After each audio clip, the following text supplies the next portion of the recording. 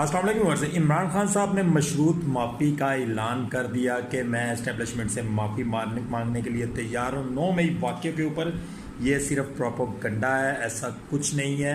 ये इमरान खान साहब के ख़िलाफ़ एक साजिश है, उनको डीमोरलाइज़ करने के लिए है, अवाम के अंदर ये चीज़ फैलाने के लिए है कि खान साहब जो है वो झुक गए हैं, खान साहब ने माफ़ी मांग लिया।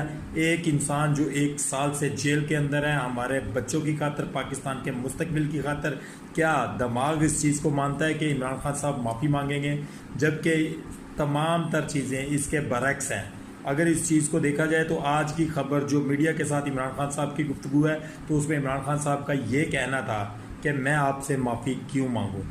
आप लोगों को मुझसे माफ़ी मांगनी चाहिए क्योंकि रेंजर्स के सिपाहियों ने मुझे घसीटा है, मुझसे माफ़ी मांगनी चाहिए। हाँ, वो कहते हैं मैं आपसे माफ़ी मांगूंगा, आप 9 मई की तस्वीर सामने लेकर आएँ, मेरे कारकुनान को साबित करें, तो फिर मैं कौम से भी माफ़ी मांगूंगा और आप लोगों से